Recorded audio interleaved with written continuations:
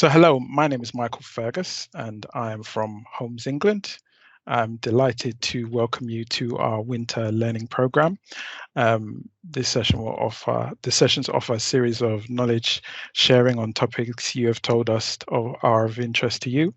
And today's event is the role of carbon sequestration in the climate response. While these sessions are designed for local government, we are pleased to also welcome many partners working in housing, placemaking, and regeneration. The Winter Learning Programme is brought to you by Homes England's Local Government Capacity Centre. When we eventually get there, we'll have some slides that summarise who the Local Government Capacity Centre are and what the mission is. The Local Government Capacity Centre was established following extensive research and consultation with you across local government and with a whole range of other partners to determine where authorities most need support and how this can be best delivered. The learning programme is just one of the tools offered by the Local Government Capacity Centre. Our offers also include the Housing Information Hub, an index of professional housing resources accessible via gov.uk, fact sheets to support local authorities with the case for housing development and regeneration, and a capacity analysis tool which you can use to assess capacity. So we look forward to hearing how that's gone at the end of the session. On the screen, hopefully your slides aren't frozen, you can see, but you'll be able to see a breakdown of the session today. So I've begun with the welcome and introductions, and I will hand over to Stephanie, who will be sharing a session on objectives and myth busting. India will then discuss the carbon sequestration learning burst. Laura Frost and Dave Barber will then take over with a case study from Warwick District Council. That would take us to about 3 o'clock, where Laura will do a wrap up and share takeaways. We'll finish with a Q&A session, and I will then be drawing the session to a close with some further polls to get some immediate feedback on the session and your ideas for future sessions. And now I'm going to hand over to our first presenter, Stephanie Robson. Thank you, Stephanie. Hi, Michael. Thank you so much. So I'll start with just introducing my fellow speakers, perhaps. So we've got Laura Frost and India, my colleague India as well, both from Arup, and then we're joined also by Dave Barber from Warwick District Council. Next slide, please. So I'll just cover first the session objectives for today, and then we will go into some myth busting to begin with. So in this session, we're going to start with a few of the basics around carbon sequestration and give everyone a common understanding of what we mean when we talk about it, its important role in the climate response, and we'll also cover some key policy and legislation that relates to carbon sequestration and net zero. Then we'll look at nature's role and go into a little bit more detail about the types of interventions that promote sequestration and their kind of the wider benefits to those. And finally, we will cover some of the key opportunities that carbon sequestration presents for local authorities and how it can support not just the climate response, but looking more holistically about how nature-based solutions can meet multiple objectives that you might have. So if we move to the next slide, please. So some myth busting. We've got a few myths on the slide here. We probably could have picked a whole bunch more, and I'm sure some of these might be familiar to a few of you. And we hear things like this all the time. So starting with the first one, carbon offsets are just a way to carry on emitting. If we go to the next slide. So this is talked about a lot, and there are kind of plenty of cases where you see companies purchasing low quality offsets from carbon sequestration projects, claims around kind of preservation of rainforests, or claiming carbon neutrality by, planting a few trees somewhere and then continuing to emit just as they had been doing before without any kind of attempt to reduce. So I should say that this is not a talk about carbon offsetting per se, but when we talk about carbon sequestration, we're not always necessarily talking about offsetting schemes, but there is some overlap. And India will come on to what sequestration is and what it isn't later on. So hopefully that should clarify that. But I will say that the kind of the scrutiny and the reputational risk around some of those issues has helped now to drive an increasing number of standards. And so whilst the voluntary carbon market is still far from perfect, things are getting better and better. And the key message here, I think, is really that just when we're talking about offsets and sequestration, whether it's for an organisation or a development or a local authority area, the offsetting and sequestration, it needs to be reserved for neutralising only the emissions that are kind of impossible or really difficult to reduce. So absolutely, emissions reduction should always be the first step when we're talking about things like this. So next myth, the efforts can stop when organisations achieve net zero. Next slide, please. So that's also false. So firstly, in most of the pathways considered by the IPCC, so the Intergovernmental Panel on Climate Change, removing carbon dioxide from the atmosphere actually plays a really significant role in compensating for residual emissions to get us at a global scale to net zero. And then following on from that, businesses and governments that commit to net zero emissions by a certain date are essentially committing then to kind of balancing those residual emissions with removals each year beyond that. So it's not a case of kind of reaching a net zero date and achieving it and then kind of sitting back and doing nothing. Those removals to compensate for the residual emissions will need to continue. Third myth is around nature markets. So nature markets are only for the private sector. Next slide, please. So they're not. They are an emerging opportunity to facilitate finance into nature recovery, which can also then have benefits for carbon removals and sequestration. And whilst they are aimed primarily at scaling up private investment into nature projects, there are key opportunities to collaborate and bring public and private finance together and maximise benefits. So they're quite new markets, and there are certain things to be aware of, which again we'll come on to a bit later. But yeah, there is an opportunity there that's relevant for local authorities. And finally, this is all just about planting trees everywhere. So next slide, please. That's not quite true. So trees are one of the most well-known and understood mechanisms to sequester carbon naturally. But assuming that kind of tree planting is the best or the right solution can get you into all sorts of trouble. And you can actually end up with a worse situation than what you started with. So if you kind of go and replace some rare meadow habitat with a bunch of trees that aren't really suited to that environment and they'll die in a couple of years, that's really not a good outcome. So we'll get onto some more of these details and nuances later on, but essentially it's about considering the local conditions and also trying to achieve multiple objectives. So we've got limited land, we've got a lot of competing objectives. So the more that we can do with that land and the more that we can deliver multiple benefits and find the optimized solution for what we need, the better. So those are a few myths being busted. I will hand over to my colleague India now. So if we go to the next slide, and India will take over and introduce you to some of the basics. Brilliant. Thanks, Steph, for that intro. Yeah, next slide, please. And then again, straight after that. So before we get started into, I guess, the main body of today's session, I just wanted to pop on some definitions on the screen. And I know there's many definitions we could put up here around carbon and sequestration, but I've just pulled out a few key ones just so we're all on the same same level going forward. So to kick us off around greenhouse gases, well, they're constituents of the atmosphere, natural or anthropogenic, that absorb and emit radiation at specific wavelengths within the spectrum of infrared radiation. Obviously, whole life carbon, that's just the sum of greenhouse gas emissions and removals from all work stages of a project. When we talk about regeneration, we're talking about restoring your natural functions and cycles of ecosystems, so that will have benefits for biodiversity, water quality, etc.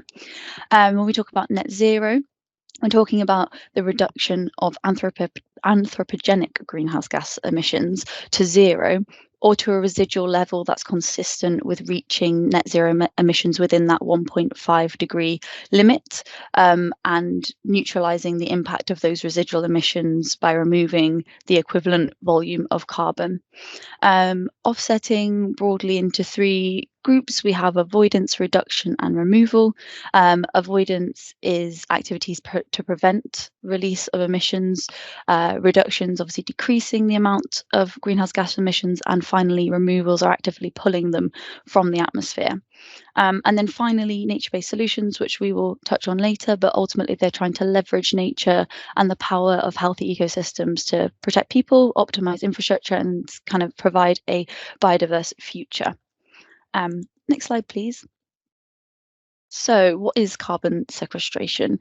Well, USGS define it as the process of capturing and storing atmospheric carbon dioxide. You can see on the right here the global carbon cycle, which demonstrates that carbon is constantly flowing, so it's always in flux. So whether that be transfer of carbon from terrestrial pools to the atmosphere, which creates carbon dioxide, or the reverse of that, where carbon is transferred from the atmosphere into terrestrial pools, such as kind of your habitats and your soils. So that results in your carbon removals or your sequestration. And we often find that when a land is degraded or soils are damaged, that carbon flux is going into the atmosphere. So those are sources of carbon. Next slide, please. So this is just an image from the IPCC's sixth assessment report, and ultimately it's demonstrating that there's many different types of carbon removals, from kind of biological all the way through to geochemical and chemical, and they have different timescales associated with different storage mediums. So today we're looking at carbon sequestration, which sits in the biological category of these removals. So that can either be land-based biological or ocean-based biological. So yeah, just the ones highlighted in the red today will be that kind of nature-focused solution for us. Next slide, please. And then also again. So why is it important? Well, I'm sure everybody on this call knows human activity is causing irreversible changes to our climate. Between 2010 and 2019, average annual carbon emissions were at their highest levels in human history, and this has only continued to rise. Obviously, the built environment has a role to play in this. The construction and use of buildings alone contributes to around 40% of energy-related CO2 emissions, and it's also a major cause of ecosystem loss. To avoid the worst effects of climate change, we really must limit our global average temperatures to that 1.5 pre-industrial level. But at the rate of current emissions, we're set to overshoot that by overshoot the 1.5 degrees by 2030. And if we carry on with current policies, we'll see temperatures rise to around 2.7 by 2100. So what must we do? We must achieve a 45% reduction in global CO2 emissions from the 2010 levels by 2030. In the UK, we're legally binded to achieve net zero by 2050, and we really want to be seeing atmospheric carbon declining from 2050 onwards. As you can see on the lower graph on the right, we really need to, in order to drive down that curve, we really need to be obviously reducing our carbon, but not only that, but also removing and restoring carbon too. The IPCC estimates that between 100 and 1,000 billion tons of carbon need to be removed and stored by 2100 to limit that global heating within 1.5 degrees. So I'm not saying that sequestration is necessarily the solution in isolation, but it's part of the solution to reduce these emissions. Next slide, please. So kind of what is net zero and some of the terms that kind of sit around it, I just wanted to touch on. So obviously business as usual looks like the graph on the image on the left. So where we carry on as we are, global temperature increases at an accelerated rate, and yeah, it's really the worst possible scenario. Decarbonisation means a company is looking to reduce their emissions. This can be to a science-based target, but they're not always in place. Carbon neutral, where you can see here the two have been balanced, so just balancing out your emissions with your removals. And then net zero is when we have decarbonisation below a science-based target, but then also balancing out those residual emissions with removals as well. So we can't actually achieve net zero unless we use removals as well. Next slide. So what we really need is to move through net zero to a faster reduction in atmospheric carbon, not just emissions. To do this, we need to use whole life approaches at system scales. So this is where the carbon hierarchy comes in. So this is from the latest PAS 2080 document released last year. And the carbon reduction hierarchy kind of provides that much needed structure in prioritizing decarbonisation options. So for example, the avoid can have the biggest carbon impact by avoiding building in the first place. So it really makes us question what is the need for the development. This is followed by switching to low carbon alternatives, and then finally, when these other options have kind of been exhausted, how do we then improve traditional construction methods or technologies? But generally, this tends to have the smaller carbon benefits. And then we can think of this in terms of land use change and the associated carbon removal or source as well. So if you think about avoid, this is really trying to avoid disturbing any natural biodiverse ecosystems. So if we can protect habitats and avoid emissions, this can enhance carbon sequestration. Can we switch to a better mix of land use for carbon sequestration and not just completely destroy habitat? How can we look at other options and improve? For example, when you maybe have a green space within a development, a lawn, for example, how can you diversify the green space that you do have? And also, how can you connect those green spaces to maximize them? But ultimately, we really need to think about kind of restoring Earth's ecological systems and habitats so that we can maximize their capacity to sequester in those natural stores, such as the soils, the oceans, the lakes, etc. So whilst we often see offsetting in a company as maybe a last resort to getting to net zero for those hard to abate residual emissions, carbon sequestration projects are still necessary to help nature recovery, and land use should be kind of considered throughout the decarbonisation process. And next slide, please. So this slide is just kind of to show how much momentum there is in the space around decarbonisation and kind of nature-led legislation. It's fast-moving, and there's a lot of evidence and drivers behind this movement. You can see right back in 2015 with the Paris Agreement, with the legally binding target to stay within that, within the 2-degree warming. But also we have the Climate Change Act in 2008, where the UK set legislation to be net zero by 2050. But also more recently, we can see the emergence of the environmental land management schemes are really trying to push public money for public goods and the kind of nature-based approach to restoration. And then also kind of touching on the 2 UK codes that we have, so the Woodland Carbon Code and the Peatland Carbon Code, which we would expect to kind of see some more emerging into the near future. So this is kind of really just to show there's a lot of drivers for decarbonisation, but also a growing number of drivers for that nature-led action in tandem as well. Next slide, please.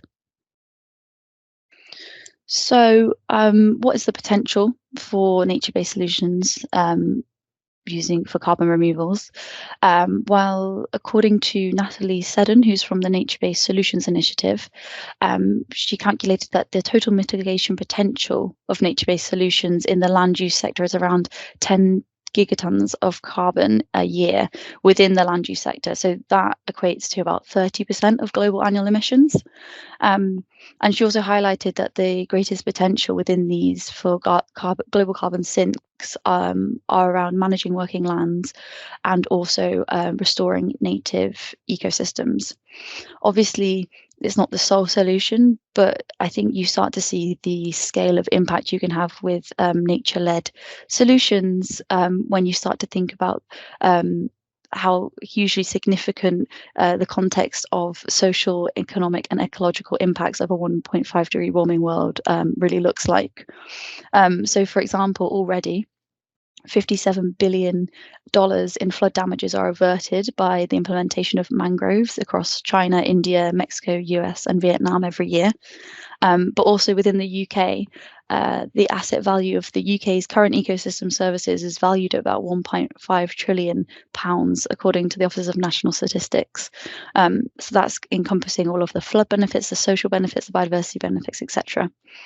And then you can see on screen here a study by the Climate Change Committee kind of looking at possibilities of reducing emissions from land. They found that in 2019, UK greenhouse gas emissions from agriculture, land use and peatlands accounted for about 12% of UK emissions.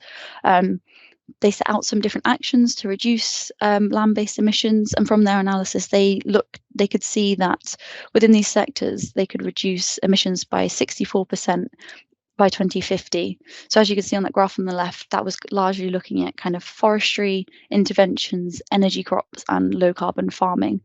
But they also estimated the net lifetime benefit to the UK in order of about 80 billion as well. But also, again, more benefits is that they thought it would achieve net social benefit of about 3.3 billion per year. And then just a flag with the graph on the right. So although marine and coastal habitats and ecosystems aren't currently included in the UK's greenhouse gas inventory, it's really important to flag the high potential of removals and storage within marine sediments here. So as you can see, salt marsh on the right hand side has really significant potential for sequestration and storage. The next slide, please. And then again as well. So as I've kind of touched on, nature-based solutions is a huge opportunity for carbon sequestration and wider benefits. So here I just wanted to flag that nature-based solutions in green infrastructure often get used kind of hand in hand or interchangeably. So I've just put both the definitions on the screen, but ultimately they're both addressing societal challenges. They're both achieving multiple benefits in addressing those challenges, and they both use kind of nature to do so. So by working with nature, we can address all of these societal goals, and it acts as kind of a win-win against kind of biodiversity loss, climate change, sustainable development and carbon sequestration. So just to flag that here, and from this point on, I'll carry on using nature-based solutions as well. Next slide, please. So just to give you a bit of flavour of some types of different nature-based solutions. Obviously, there's so many types, from urban to rural, from inland to coastal to ocean-based, but we can look at kind of creation or restoration of nature-based solutions. So that could be woodland, wetlands, peatlands, salt marshes. We could have other nature-based solutions that might include kind of natural coastal protection. We can put kelp forests, seagrass. In urban context, this may look like sustainable urban drainage systems. It may look like soil improvement. So it really can, there's a diverse amount of implementation we can, interventions we can put in place. And if you just go on to the next slide, I just wanted to flag that naturally different habitats will have a capacity to sequester different amounts of carbon. So as you can see within the kind of production system at the bottom there, obviously arable on deep peat is kind of the worst habitat for that source of carbon, versus kind of within this set of habitats that have been looked at, the 30-year mixed native woodland is really coming out as the top. And interestingly to note, the 100-year mixed native woodland is sequestering less than the 30-year, and that's largely because as a woodland and tree kind of matures and develops, it goes from that kind of actively sequestering state to kind of reaching its equilibrium and slowing down in that sequestration and really storing that carbon. Next slide, please.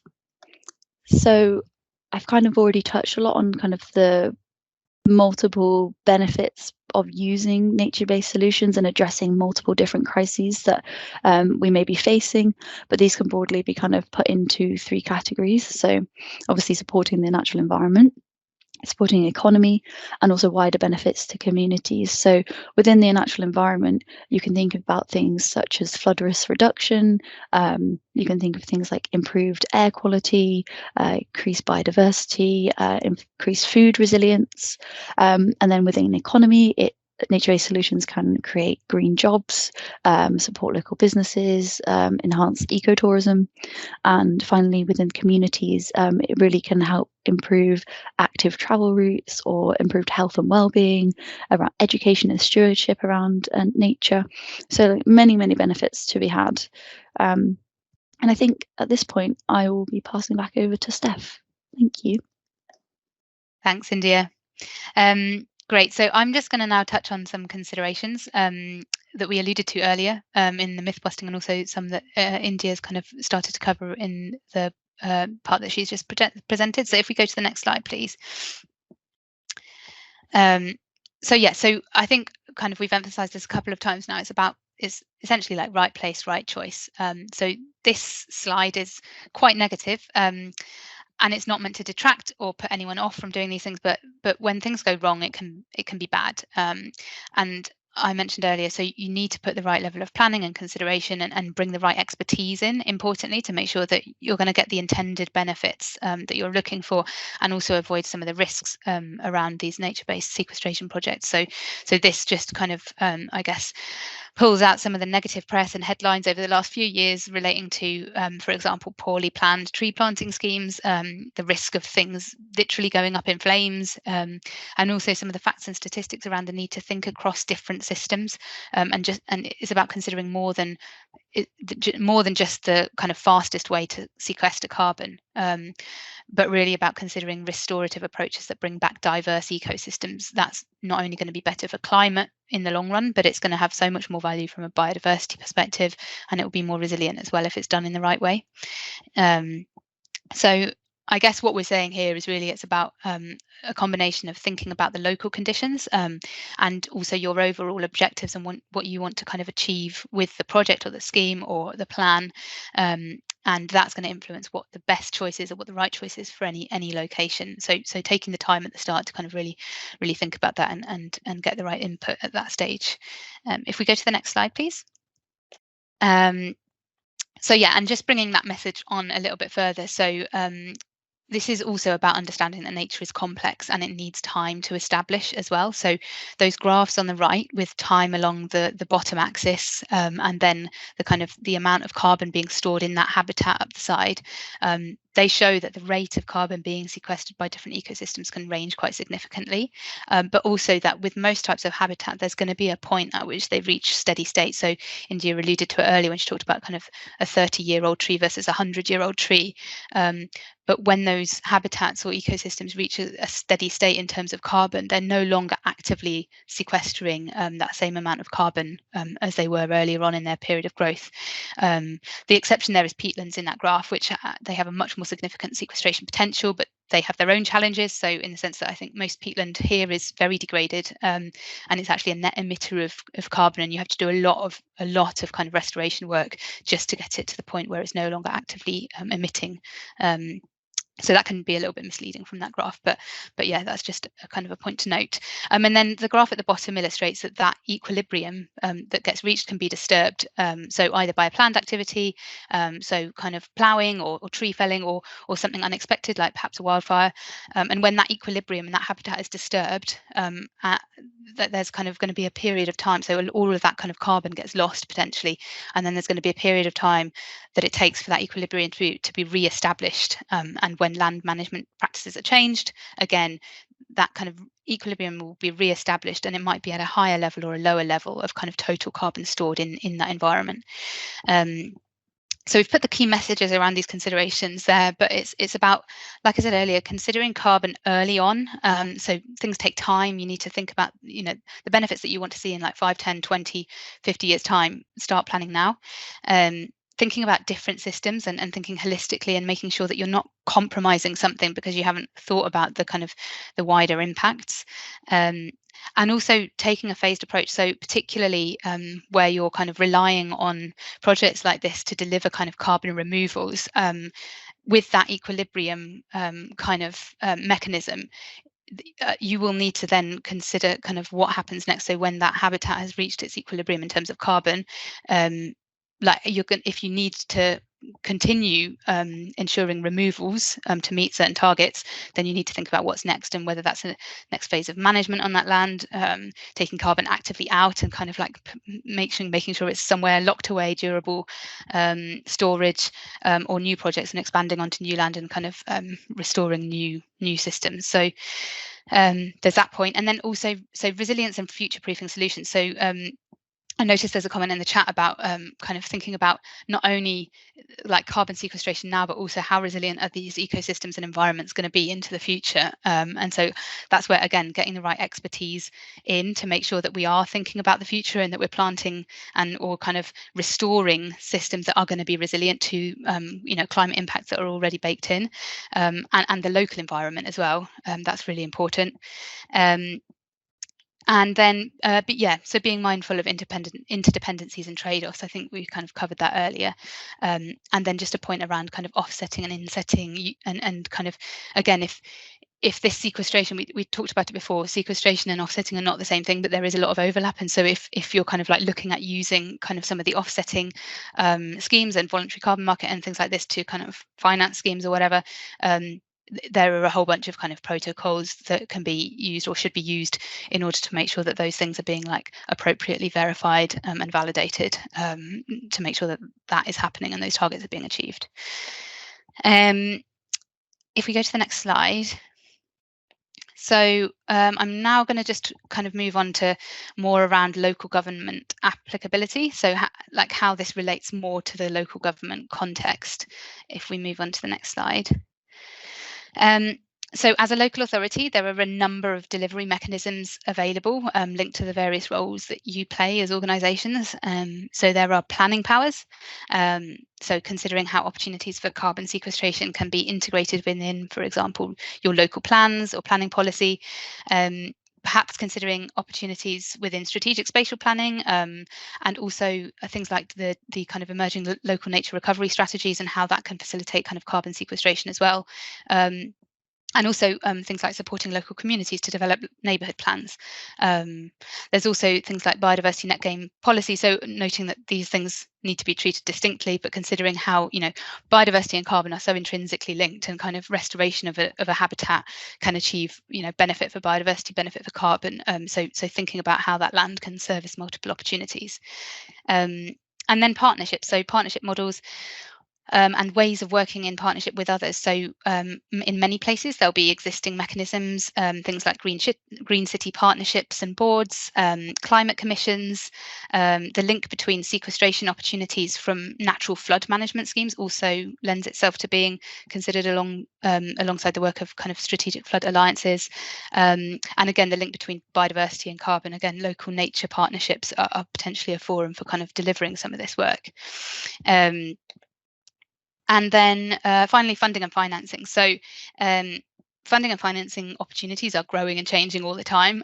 So I guess just a note that, you know, in a short while, these will probably be out of date, but the government recently brought in the ELM scheme, the environmental land management schemes, to replace the previous CAP scheme and incentivise more nature-friendly farming and land management practices.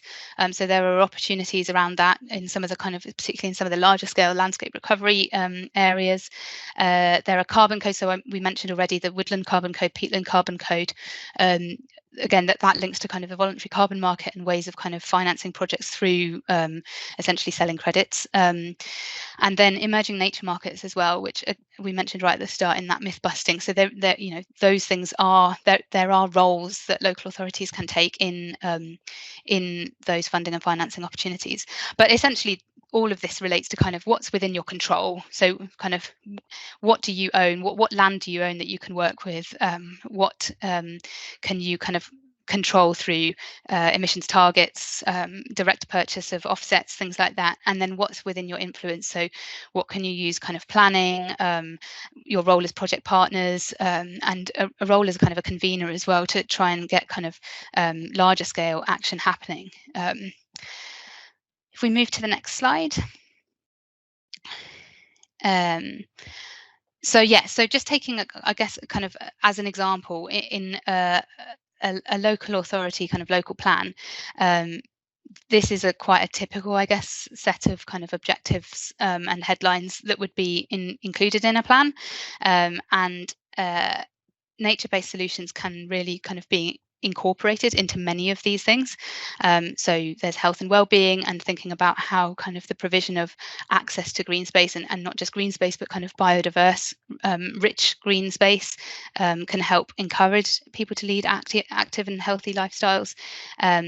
There's integrating it with transport. So there's some really great examples of kind of better provision of active travel infrastructure for pedestrians and cyclists, but again, like combining that with increasing the green space and like vegetative cover in an environment. Thinking about housing, so how greenery and urban greenery particularly can kind of mitigate urban heat island effects, and kind of contribute to the resilience of housing that you're providing for residents, and all sorts of other benefits. So local economy, I mean, that's going to vary depending on whether it's kind of a rural area or an urban area, but thinking about how this can fit in with some of these objectives, and kind of broader themes, is really important. If we move on to the next slide.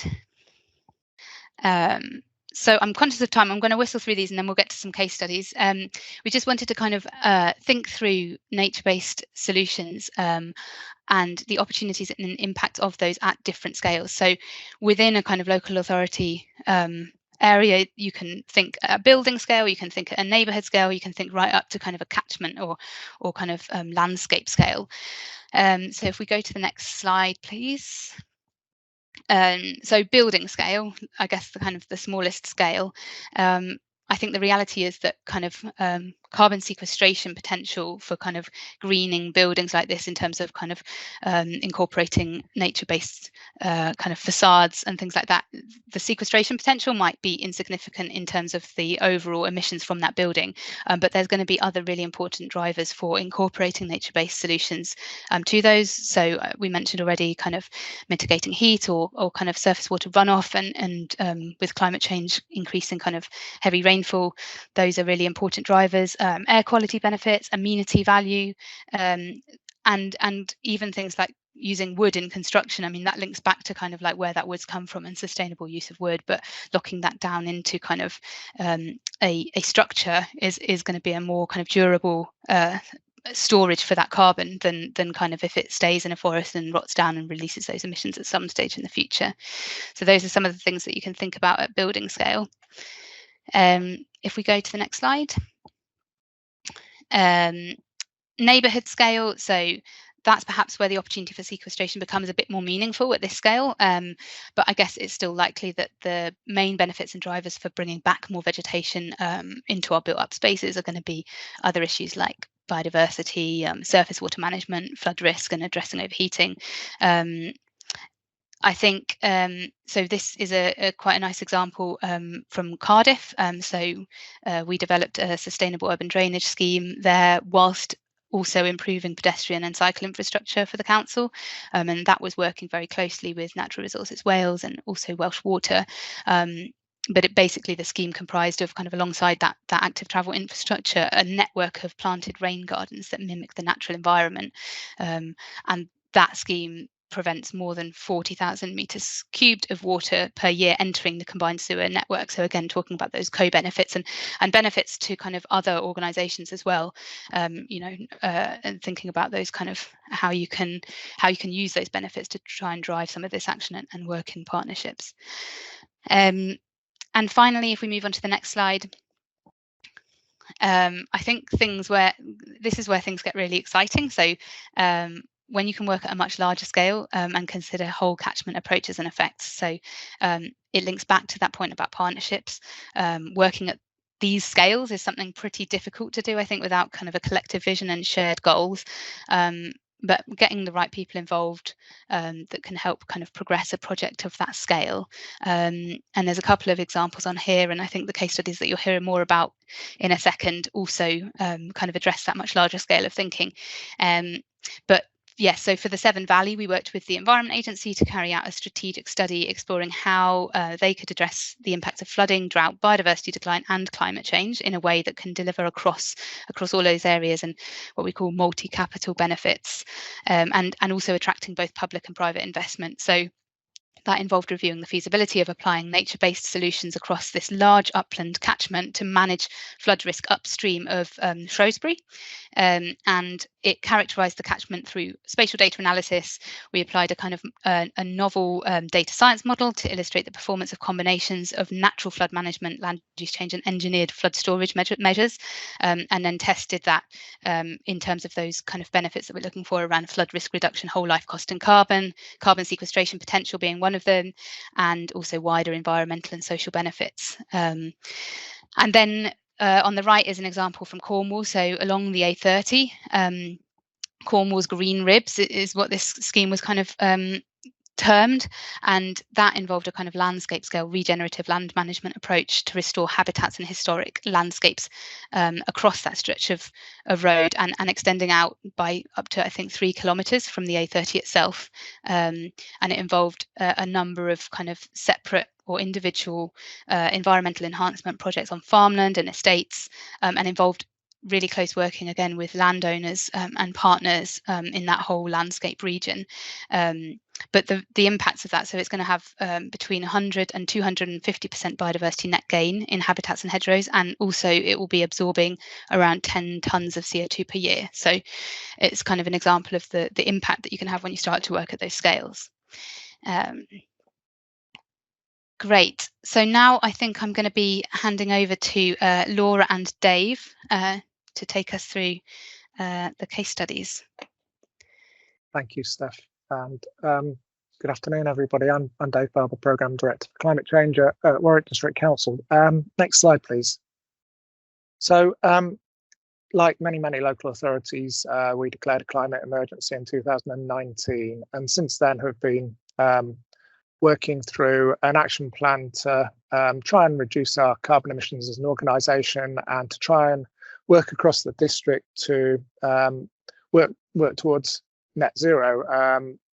It's obviously a huge task, and we have had to refresh our climate action plan a couple of times since the first draft, because you know, things move on, initiatives move on, and so on. One of the key areas that we prioritised right from the start was about low carbon buildings, and was about trying to ensure that the planning system played its part in minimising carbon emissions as the population of the district grows, and that's been a really important part of what we've tried to do. So what I wanted to do is to talk about 3 areas where we have undertaken initiatives to try and reduce carbon emissions through carbon offsetting, carbon sequestration, and they 2 of them relate to the planning system, and the third really the bottom one there, the Ecological Emergency and Biodiversity Action Plan, partly relates to the planning system, but also relates to how we use our land holdings. And it's really helpful what Steph was just saying about the areas of influence that councils have. I think an area like carbon sequestration can feel quite technical and quite complex, and it's there's a lot of detail, and in that all of that is important. But I think standing back from that, it's worth reflecting that as a local authority, really we have 3 areas that we need to think about. The planning systems part of it, which we'll talk about in a moment. How we use our land holdings is also really important as well, and again I'll talk about that in a moment. But Steph also touched on that issue about how we work in partnership, how we influence our communities and our residents and so on. We do have a role there, because you know, we can't necessarily do all of this on our own. So working with those other organisations and the residents across the district is part of what we can do as well. So I think, you know, that complexity, if we stand back from that complexity, there are 3 main areas that we can focus on as a local authority. Next slide, please. So I wanted to talk first about our net zero carbon development plan document. So this is a standalone planning document that carries full weight in planning decisions, which we are expecting to adopt any day now. I've been saying that for quite a long time. It has got very held up in the planning inspectorate system. Not don't think because there's anything fundamentally wrong with it, but for all sorts of reasons, which I won't go into now. But what this document seeks to do is to ensure that that when all new buildings that are built in the district achieve net zero, and they do that by first of all ensuring that the fabric and energy performance of the building is excellent, and secondly, for any residual energy demand, the energy supply is from a renewable source. And in those two ways, we would expect most buildings, the vast majority of buildings, to achieve net zero carbon. But we do have an allowance for a carbon offsetting scheme as a last resort.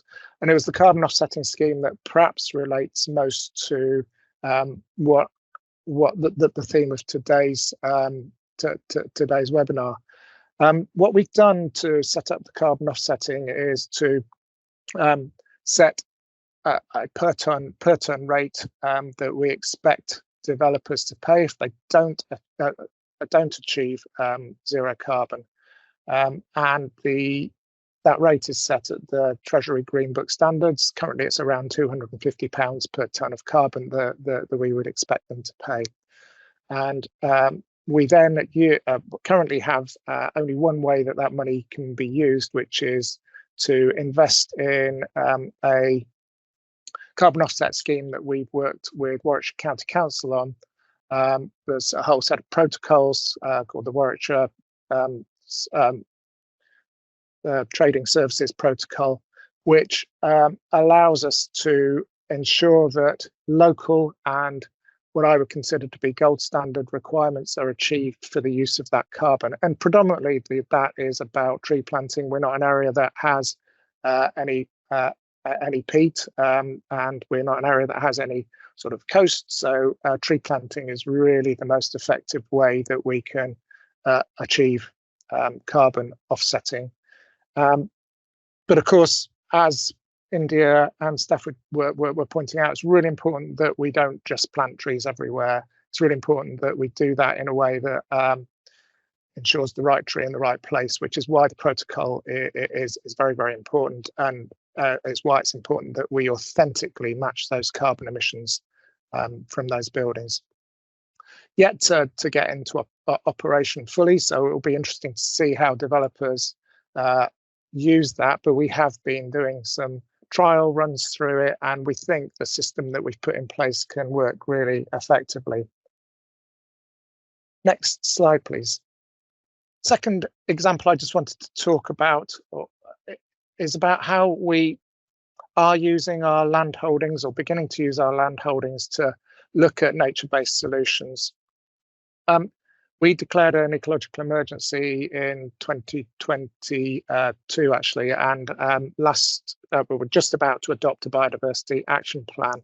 And in there, we set out a whole range of initiatives that we'll be undertaking to ensure that biodiversity is at the heart of how we manage our land and how we change the uses of our land as well. So, for instance, within there are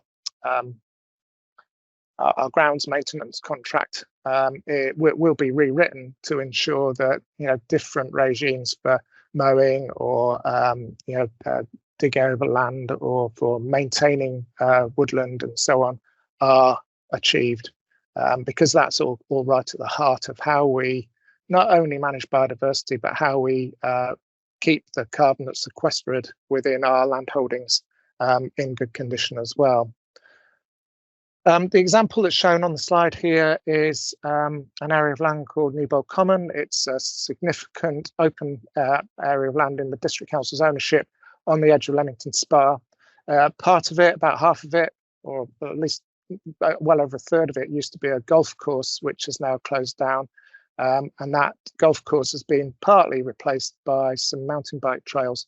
But importantly, that has given us an opportunity to think about how we use the land, both for recreational benefit, but also for enhancing biodiversity and for increasing a range of habitats, but including wetlands, but importantly in terms of carbon sequestration, tree planting as well.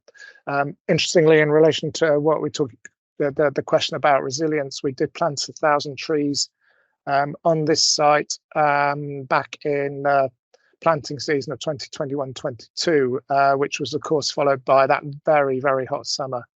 We lost about 80% of those trees.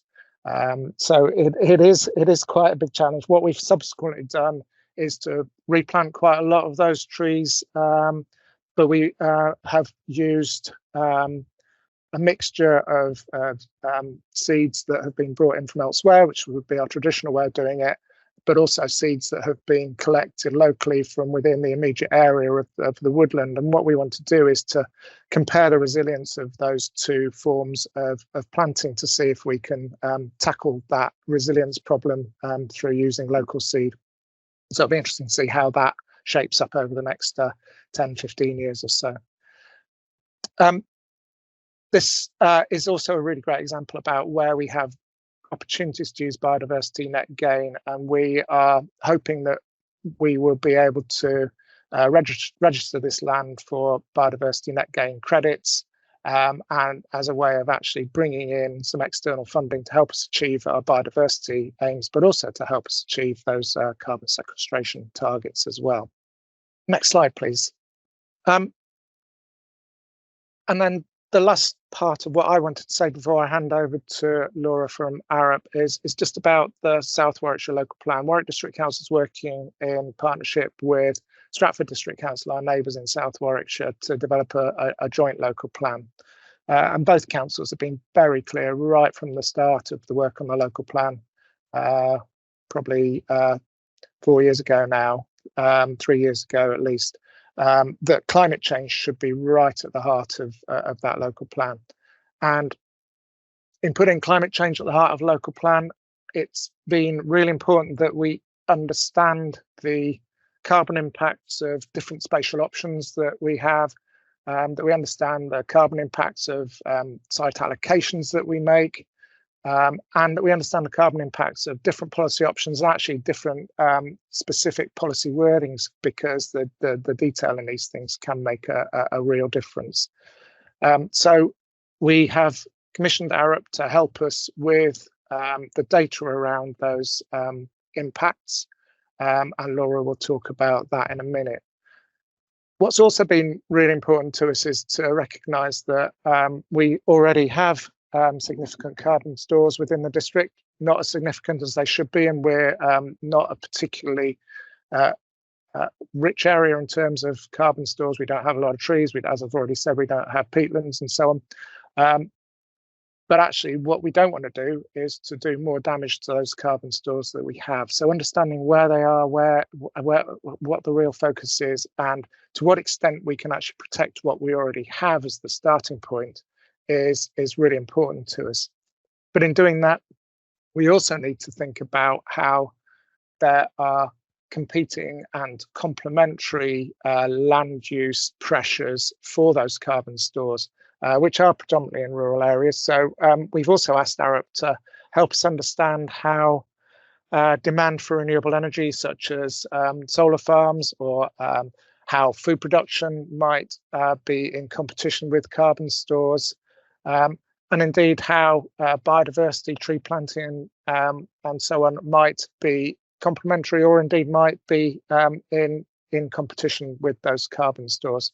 All of that is going to be really important to us as we develop policies around protecting existing carbon stores, but also will help us identify those areas where there is most potential to enhance our carbon stores and our biodiversity.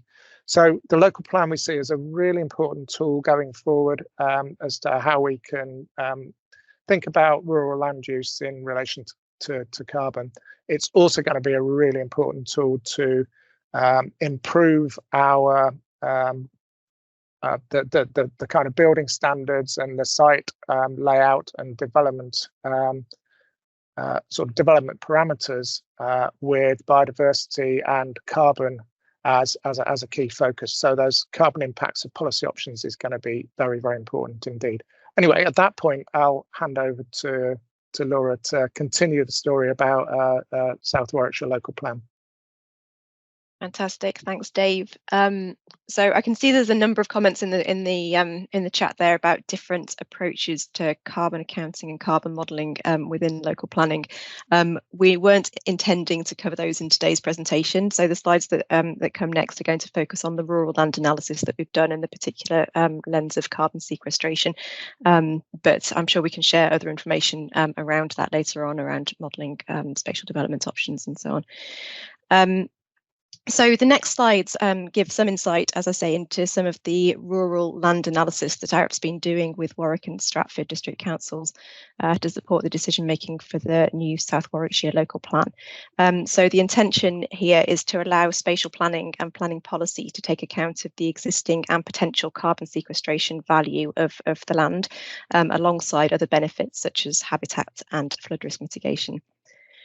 I'll give a brief introduction to how we've gone about the analysis to start with, and then there's a couple of maps that show you what some of the outputs would look like. So the approach to the analysis first looks at the baseline, as in the present day, and then looks at what the opportunities could be for enhancement of sequestration, habitat and flood risk mitigation through nature-based solutions. The baseline assessment starts with a desk-based analysis of habitat and land cover maps in order to determine South Warwickshire's high-level carbon sequestration and habitat baseline. This is done at an area level, and it gives the ability to zoom in and to analyse the characteristics of individual settlements or sites or land parcels within the South Warwickshire area to get more detailed information around local constraints and opportunities. The spatial data is then linked with carbon factors. So these carbon factors are obtained from Natural England, their 2022 data set, and we also use habitat scores, which use part of the biodiversity net gain metric 4.0 from the Environment Agency. And together these provide quantitative attributes for the baseline habitats and land covers in the area, enabling an assessment of the existing condition of the land and allowing us to develop the evidence base to inform future decision making. Arup has collaborated with Scalgo, an external software partner, to develop a nature-based solution opportunity mapping tool. So this helps to identify key areas to change land uses or land covers to achieve multiple benefits. So when a nature-based solution opportunity is identified and recommended for a particular grid square in the GIS tool, the tool then compares the proposal against the grid square's baseline score to provide a net value in terms of how the proposed carbon and proposed habitat score for each grid square compares against the baseline, and therefore which features can provide the most benefit in the long term.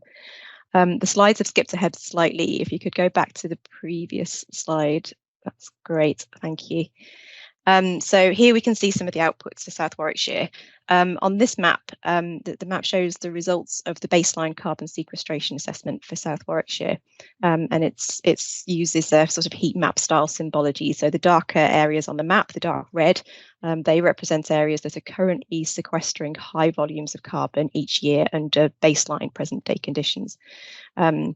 And if you compare those against land cover data, you can see that they partly correspond to the more forested areas on the land cover map for the South Warwickshire area. Now you'll notice straight away that the map indicates that large areas of South Warwickshire are either not sequestering any carbon or are actually emitting carbon each year. So the emitting areas are the very sort of light green at the top of the scale. And this is because of the carbon assumptions that the tool makes for 3 particular land cover types in the area, that they emit carbon under baseline conditions. And across the whole area, you see that large areas are sequestering between 0 and 20 tonnes of carbon dioxide per grid cell per year. So if you look at this in total across all land cover types in South Warwickshire, the baseline carbon sequestration value is estimated at around 56,000 tonnes of CO2 per year. So what does this actually mean? Well, the areas that are achieving the highest scores under the baseline assessment are most likely to be the areas that, subject to a site level analysis, would require greater offsetting in the event that they are lost to future development. And because those sites might be perceived as being of the greatest carbon sequestration value and more difficult to compensate for elsewhere, those could be the areas that could considered most worthy of protection via an appropriately worded planning policy. The yellow and green areas on the map indicate those areas with really significant opportunities to enhance sequestration potential through nature-based interventions, which could be required through planning policy and development consents. Now, it's worth pointing out here on the map, we're seeing an overview of the whole South Warwickshire area, but the GIS tool does give you the opportunity to zoom into different areas, into specific urban areas or development sites, to get a better idea of the baseline sequestration value and opportunities in that given locality. So that is the baseline overview. The next slide considers what the recommendations could be for South Warwickshire. So here you can see across the whole area, there have been 8 nature-based solutions that have been primarily identified to be particularly effective in enhancing carbon sequestration in South Warwickshire, and the map shows recommended distribution of those across the area. So just in summary here, the majority of the nature-based solutions identified across the area are buffer strips. That's the light green symbology that you can see, and that is symptomatic of the prevalence of non-irrigated arable land and pasture land as the main land cover types around South Warwickshire, outside of the urban areas, I should say. And this indicates significant scope for enhancement above the baseline sequestration level, just through small changes to the management of field margins and other sort of land management techniques. Soil management also features prominently across the whole area, and again, that's quite reflective of the extensive farmland across South Warwickshire. Other things to pull out from this map, given the influence that local watercourses exert over the South Warwickshire landscape, a significant number of runoff attenuation features have been identified here. And the interesting thing about this, that of course those kind of features indicate good potential for runoff storage, as well as and other, you can also see on here specific floodplain reconnection measures as well, which would increase floodplain storage and connectivity across the area. So these opportunities show potential both to improve flood resilience in the local area simultaneously with sequestering and storing carbon. So if those types of measures were considered upstream of communities at risk, then there's potential for the same nature-based intervention to reduce flood risk and also improve carbon sequestration potential. But I should caveat that on further investigations would be needed on a site-by-site basis to make sure that those interventions were properly designed and implemented.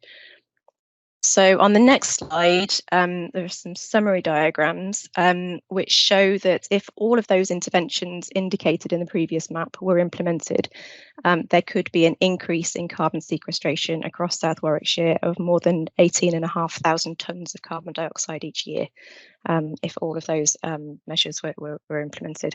Alongside that, the map on the left-hand side shows the increase in carbon sequestration potential. The map on the right-hand side also shows that same package of interventions could increase habitat score across the area by 55,500. That's again using the EA habitat scores. The analysis, as I mentioned before, has also considered flood risk mitigation potential of interventions, but I haven't summarised those here today. So in conclusion, there are very few existing examples of planning policy that specifically targets carbon sequestration within planning.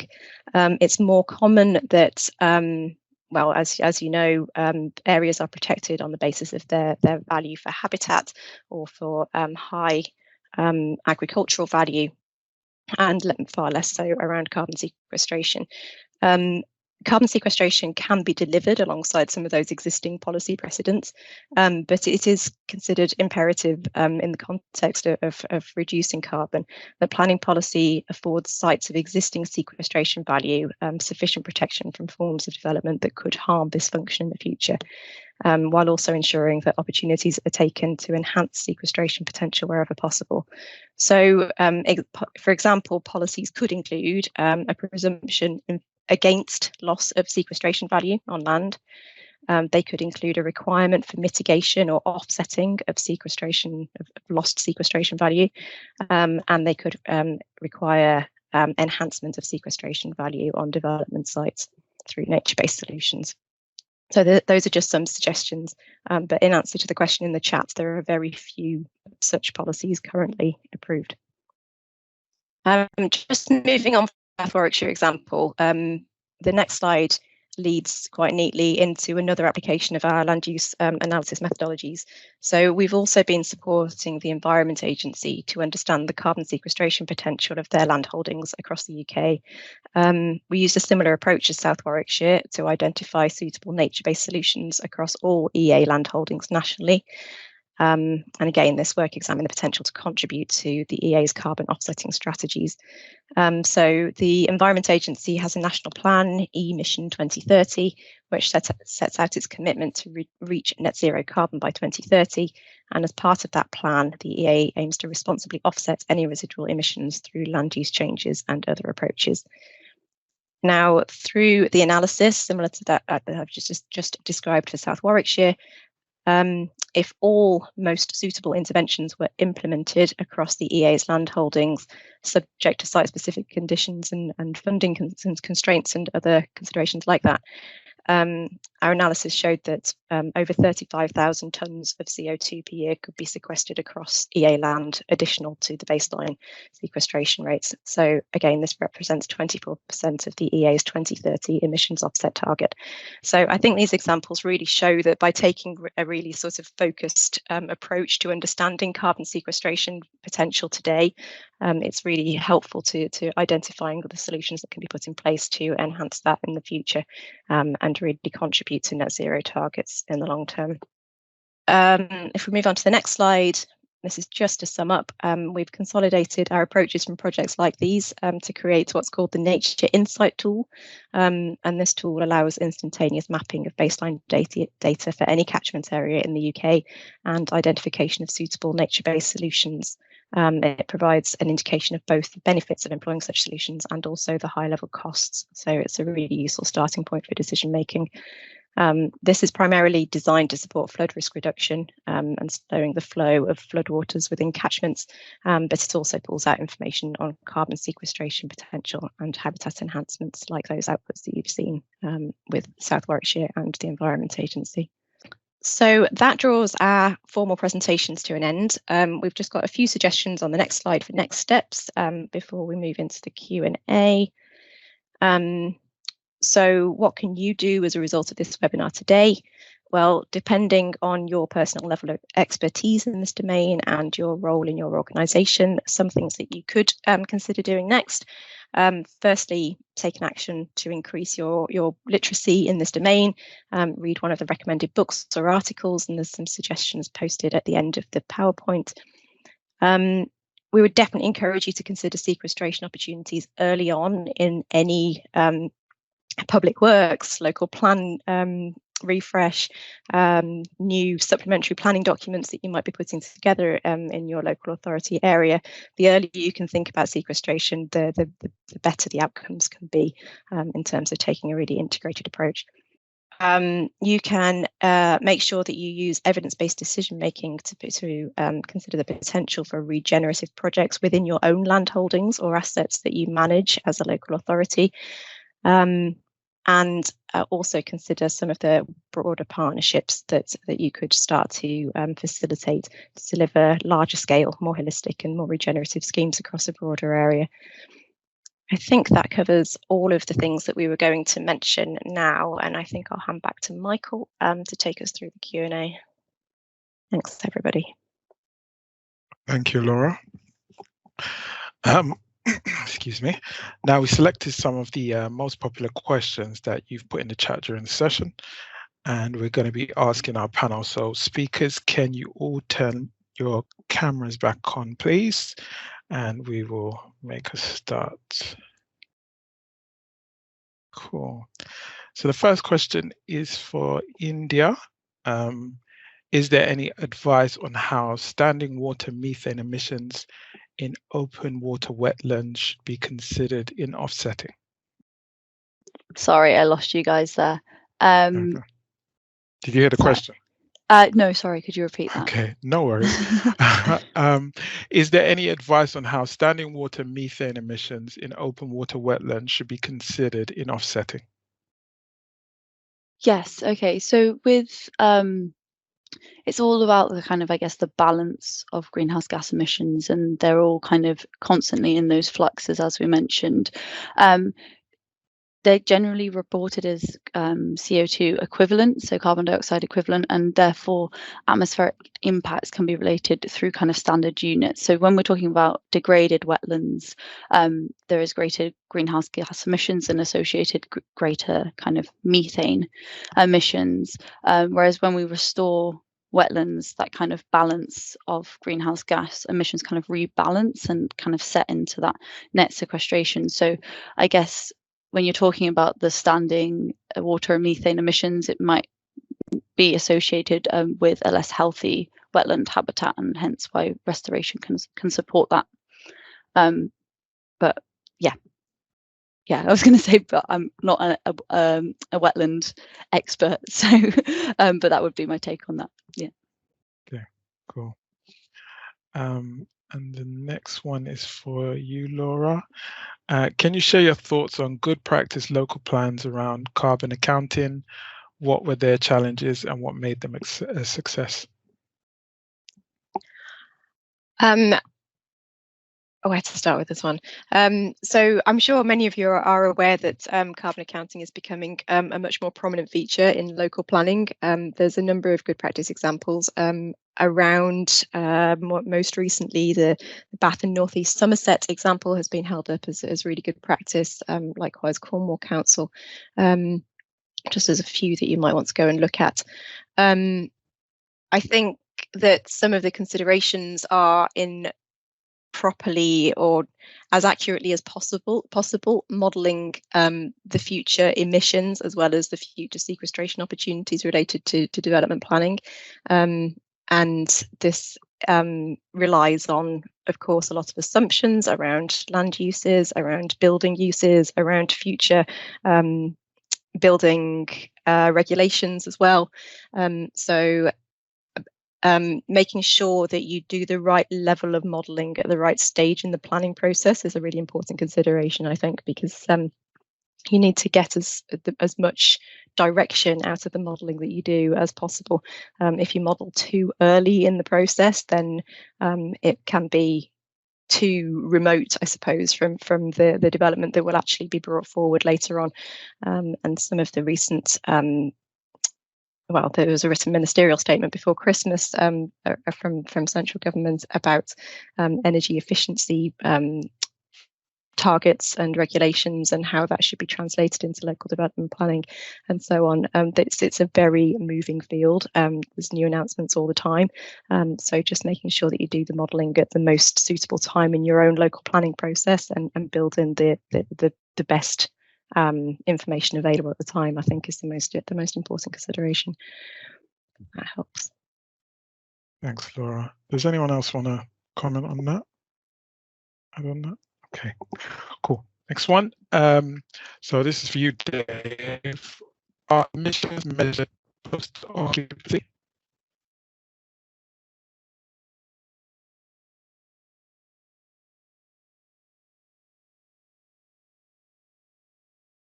Are you unable to come off mute?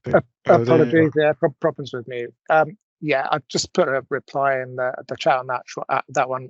They are measured post-construction, not post-occupancy. We're talking about operational emissions only. So those are the sort of regulated emissions from the actual lighting, heating of the dwelling or the building. But not the unregulated emissions such as fridges or laptops or whatever. So we measure them post-construction, and at the point after construction, the Section 106 costs, if there are any sort of residual or carbon emissions, is recalculated, and that way we ensure the sort of performance gap is minimised, so that, you know, if something looks great in the design but it's been terrible in the way it's been implemented, developers won't get away with that because it'll be picked up at that post-construction calculation. Okay, Thank you, Dave. And sorry, some of you couldn't hear me on that one. So the question was, are emissions measured post-occupancy? Next one for you, India. Are woodland soils included in the woodland sequestration figures? As woodlands mature, soil-borne organisms play a significant role. It's not just about tree growth rates. Yeah. Okay. So the Woodland Carbon Code, which is our standard way of measuring carbon associated with woodland creation for the UK, that considers soil-based carbon as well. But it's a lot more difficult to estimate. So they're quite basic methods, and kind of that we will see improvements in them going forward. As I'm sure you're all aware, kind of soil carbon's kind of getting more and more attention, and the need for kind of soil analysis is really kind of being pushed forward. So yeah. Cool. So another one for you, India. What type of stewardship arrangements do you need to have in place, as over 30 years is going to be a massive challenge for clients and landowners?